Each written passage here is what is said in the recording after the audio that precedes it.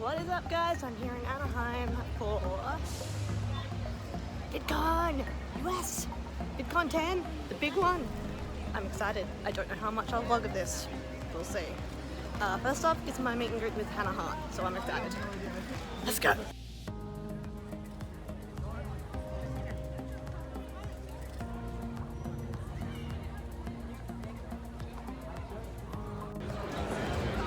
Come out of my meet and greet with Hannah Hart.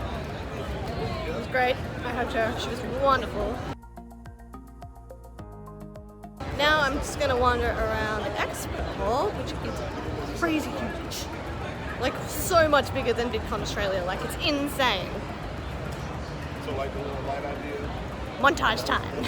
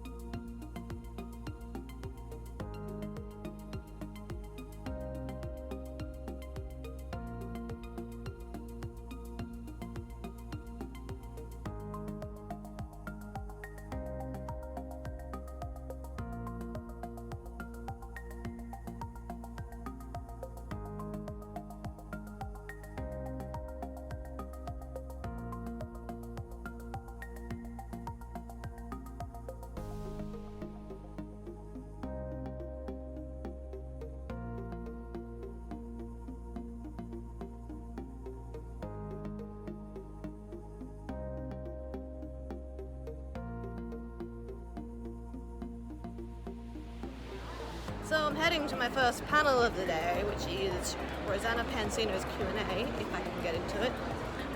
Should be fun. I don't actually know if I'm going to be allowed to actually film panels or whatnot. I'm just going to play it by ear, see what happens. But I know that most of you guys are subbed to me because of my Q&A with Thomas from Vidcon Australia. Unfortunately, he doesn't have a Q&A at this event. He is a part of a panel on Saturday, I believe, which I will be going to, so I'm going to try and film that as well. Or at least the Thomas bits, because he's my boy, you know that. For now, Rosanna. So tell us about, let's go back to the cookbooks, like how did the first one come to be? Was it something you wanted to do? Did someone approach you? How does that process work? I didn't even have the idea to do a cookbook. It was my community. So thank you, community. I love you. That was a great idea. I got so many requests for about 2 years to create a cookbook at the point where they weren't really requests anymore. They were more like demands, and I was really scared that someone was going to start like picketing. Like when I'm doing meetups, like, give us a cookbook, give us a cookbook. So I talked to my agents and I said, this is something I want to do.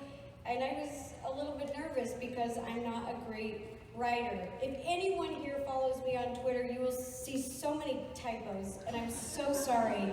I am dyslexic, and I haven't really talked that openly about it because when I was growing up, I was embarrassed by it. And I tried to hide it for so many years in entertainment because I thought it would be seen as a weakness. I thought that people wouldn't hire me, that I wouldn't work. And so I just tried to hide it for as long as I could. And it just got to the point where I didn't want to anymore. Yeah. I really learned to love myself, faults and all, and I don't want to hide a part of me even though it's considered a flaw. As well, because you were dealing with your mental health, so how did your audience, who had been loyal with you for so long, react to you taking a break? Well, they were like, are you dead? What up? And it's the weird thing where mental health, the reason why it's so important, it's the whole concept that it's that invisible illness, and the whole thing, especially with being a YouTuber and being public, or even just anything, you can relate to your families and your friends, is you might not know at tool that someone is going through something like this, which is why you have to ask and why you have to talk about these things. And it's got so much better in the last few years. It's one of these things where every year that goes on, it's just getting so much better and so much better. But even when I made my video about the depression that I've been through in 2018, it was like a really terrifying experience. But for me, it was that assumption that everyone was looking at me, and I don't know what you thought about me or my life or whatever, but no one would have thought that I was having such a hard time until I spoke about it. And then when I did, that changed everything. So it's just that thing where everyone here, you have to communicate your feelings. I mean, I don't like communicating my feelings. I think we all know it can be difficult and awkward, and you know that's the entire idea. But it's so important to share these things, especially with my break, as it were. I think it comes back to what you were saying, which is when you're constantly being a YouTuber and you're expected to keep doing something, it's quite hard. And what I felt was that every time I uploaded a video, it's like I was putting a piece of me out there. And every time I kept doing it, especially with the gaming channel that me and Phil had that was very frequent, it's like I couldn't grow or change behind the scenes, because every time I put something out there, it's like I was still froze in that version of myself that I was putting out. So it got to a point where I just said, there's certain things that I have to deal with in my life, because like this is getting ridiculous now. So I made the very scary decision to say, I'll upload this one video called Trying to Live My Truth. Literally, it's about being authentic and how sometimes you need to go through the really hard stuff to make a big difference in your life. And I said, I'm not going to come back until I'm ready to actually do this stuff, because I can keep doing the same thing that I've been doing so long, like pushing it forward, kind of procrastinating my personal life by doing work, which is like a weird sounding thing, but it's very real. But it was big, and then again, it's one of those things where I come back after a year of not uploading. Plot twist, I was a massive queer the whole time. It's another example of, it's like you don't know what's happening in someone's life unless you communicate these things, and you can't keep it on the inside, and it's difficult. It's so hard to start this conversation, to tell people, especially when there's so much shame and stigma, relationships with your family, the environments that you grow up in. It makes all these things so difficult to talk about, but that's why it's so important to do it.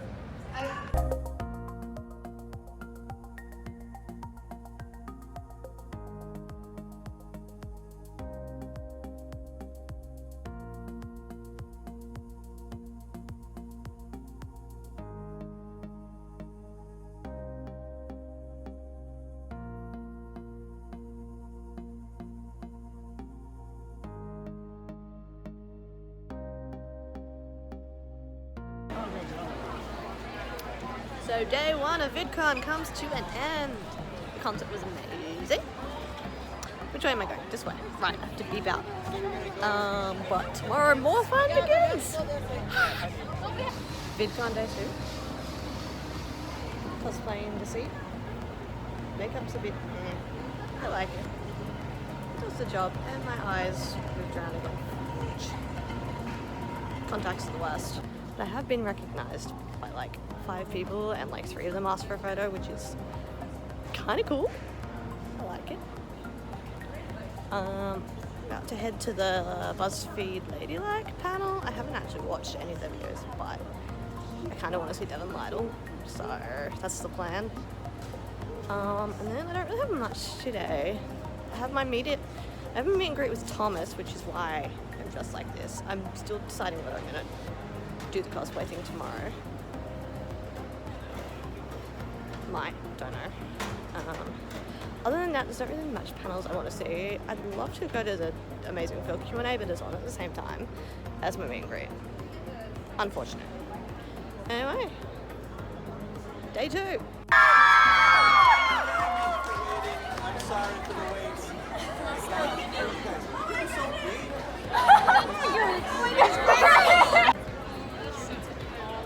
Guys, I'm shaking so much. Thomas remembered me.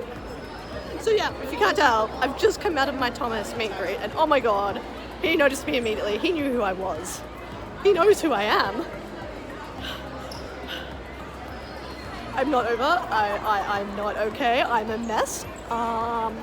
I hugged him like 3 times because he's beautiful and I love him. I'm gonna go cry.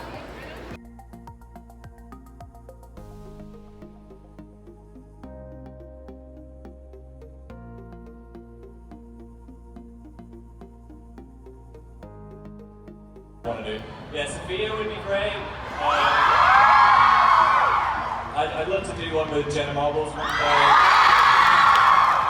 It was really fun collabing with Anthony last time. I did a Dan, Phil, or a rat. Or a Dan, Anthony, or a rat competition. So maybe they could have a sequel to that or something. Yeah.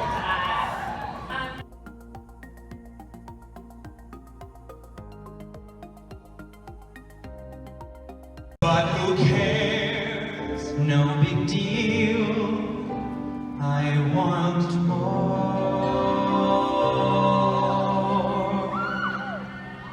I want a gay Disney prince to slay without killing, a rich boy who still loves to work.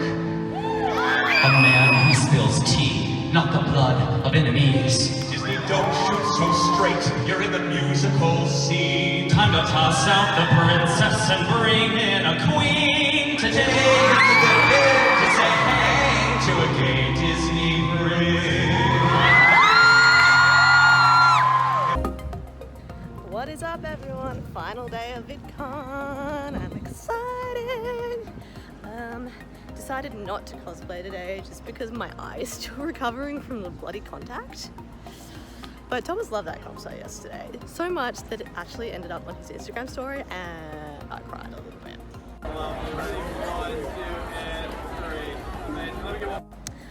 So today the plan is I'm gonna wander around a little bit this morning, and then Thomas has a panel at 11:30 which I will go to and try and record most of. And then I've got my John Cozart meet and greet, which is gonna be great because I can talk to him about the performance last night and how bloody amazing it was. Right, let's get this day started.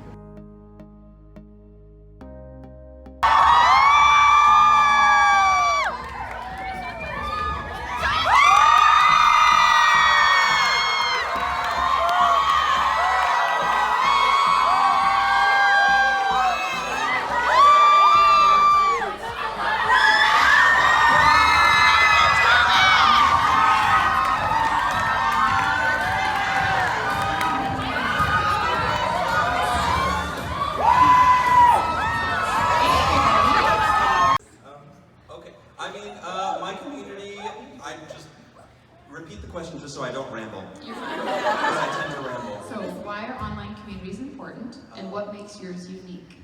I think online communities are a fantastic way to just, when we create videos, whatever they may be, I like social media as a form of communication.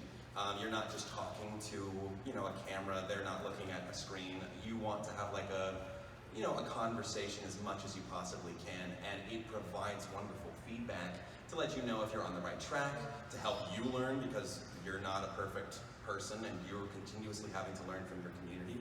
And I think above all else, it's just that beautiful encouragement to keep going and to let you know that your art is being appreciated in different forms and fashions.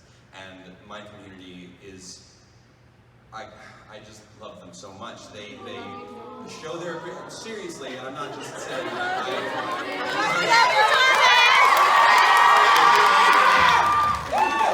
I honestly, the meet and greets are why I come to VidCon, mainly just because you reinvigorate our spirits.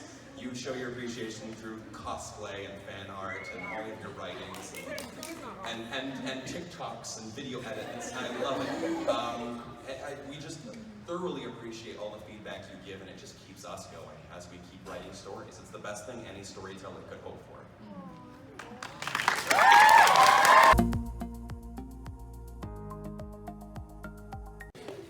I would say Patton is somebody who I probably am most of the time. I exhibit Patton most. But as far as choosing a favorite, it's really hard to choose because they're all They're part of you. near and dear to my heart. I'm a stinky boy Remus.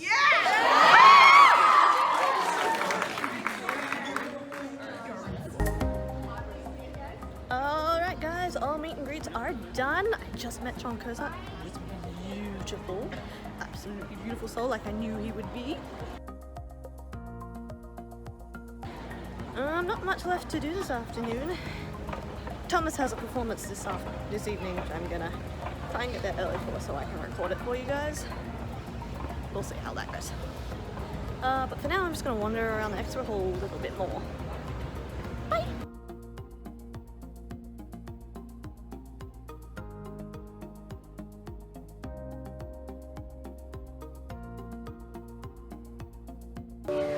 I don't really care, you can keep the things we used to share. But what did you do with my heart? What did you do with my heart? No more fireworks, no more compass. You didn't leave a single butterfly in the stomach.